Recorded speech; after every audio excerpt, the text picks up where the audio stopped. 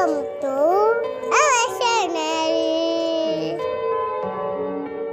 அஸ்ஸலாமு அலைக்கும். Hello everyone. நம்ம இந்த வீடியோவில் விதைப்பந்து எப்படி பண்ணுறதுன்னு பார்க்கலாம்.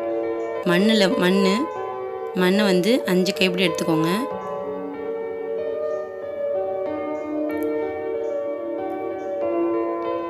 உரத்தில் 3 கைப்பிடி எடுத்துக்கோங்க. இது வெறும் மாட்டு சாணம் அந்த மாதிரி எடுத்துக்கோங்க. தண்ணி விட்டு நல்லா பிசைஞ்சுக்கோங்க. அதுக்கப்புறம் அந்த பால் மாதிரி உருட்டிட்டு அது நடுவில் ஏதாவது ஒரு விதை வைக்கலாம். அது வந்து என்ன விதையாக வேணாலும் இருக்கலாம். வேப்ப விதை, எலுமிச்சை விதை, அந்த மாதிரி எந்த விதை உங்களுக்கு இதில் சிறுதானிய விதை எது வேணாலும் வச்சுக்கலாம். நீங்கள் வச்சு அதை நல்லா கவர் பண்ணிவிடுங்க. அந்த விதை வெளியில் தெரியாமல் ஃபுல்லாக கவர் பண்ணி வச்சுக்கோங்க. இதை நீங்கள் வந்து வீட்டில் உள்ள குட்டீஸை செய்ய சொன்னால் கூட அது கொஞ்சம் ஜாலியாக ஹாப்பியாக கூட செய்யும். எங்கள் வீட்டு குட்டீஸ் தான் உட்காந்து செஞ்சிட்ருக்காங்க. இதை நீங்கள் போகிற போக்கில் தெருவில் வீசிட்டு போனால் கூட அதுவாக மழை பெய்கிறப்போ தனக்கு தேவையானதை எடுத்து அதுவாக முளைச்சிக்கும். அது மாதிரி காய வச்சுட்டு விதைப்பந்து முறையை வந்து கண்டுபிடித்தவர் வந்து ஜப்பானை சேர்ந்த மசனோபு ஃபுகாவோகா அப்படின்னு சொல்கிறாங்க. அவங்க தான் இவங்க தான் வந்து இயற்கை விவசாயத்தின் தந்தை அப்படின்னு சொல்கிறாங்க.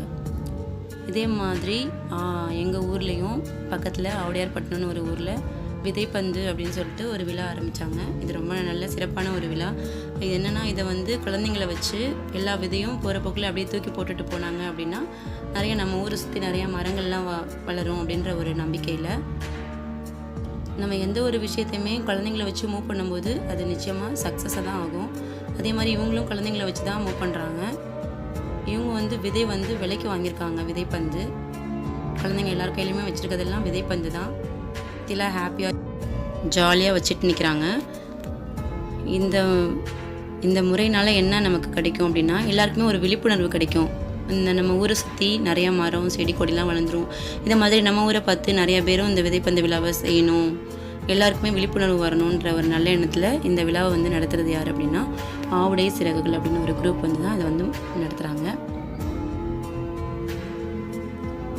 இதை வந்து பெருநாள் அன்னைக்கு அவங்க சிறப்பாக செஞ்சாங்க. இந்த பாருங்கள், அதை வந்து நம்ம வேணால் நம்ம விதை அப்படின்னா நம்ம வீட்டில் மட்டும்தான் வைக்க முடியும். அதே விதைப்பந்து அப்படின்னா நம்ம போகிற வழியில் அந்த பக்கம் இந்த பக்கம் தரிசல் நிலங்களில் எங்கே வேணாலும் நம்ம வந்து தூக்கி போட்டு போனோம் அப்படின்னா, அது ஏன் நம்ம விதையே தூக்கி போட்டு போகலாமேன்னு கூட நிறையா பேர் கேட்பீங்க. விதையை தூக்கி போட்டு போனோம் அப்படின்னா மிருகங்கள்னாலேயோ பறவைகள்னாலேயோ சேதமடைய வாய்ப்புகள் இருக்குது. அதனால் நம்ம உரத்தையும் மண்ணையும் கவர் பண்ணி நம்ம அதை போடும்போது மழை பெய்யும் போது அது தானாகவே வளர்ந்துரும் அப்படின்னு செய்கிறாங்க. ஓகே ஃப்ரெண்ட்ஸ், இந்த வீடியோ உங்களுக்கு பிடிச்சிருக்குன்னு நம்புகிறேன். பிடிச்சிருக்குங்கிறத விட யூஸ்ஃபுல்லாக இருக்குன்னு நம்புகிறேன். ஒரு அழகான பழமொழி சொல்லுவாங்க, எந்த ஒரு நாட்டில் தனக்கு பயன் தராது அப்படின்னு தெரிஞ்சும் ஒரு மனிதர் வந்து மரத்தை நட்டு வைக்கிறாரோ அந்த நாட்டு மனிதர் தான் சிறந்த நாடாகவும் சிறந்த மனிதராகவும் இருக்க முடியும் அப்படின்னு சொல்லுவாங்க.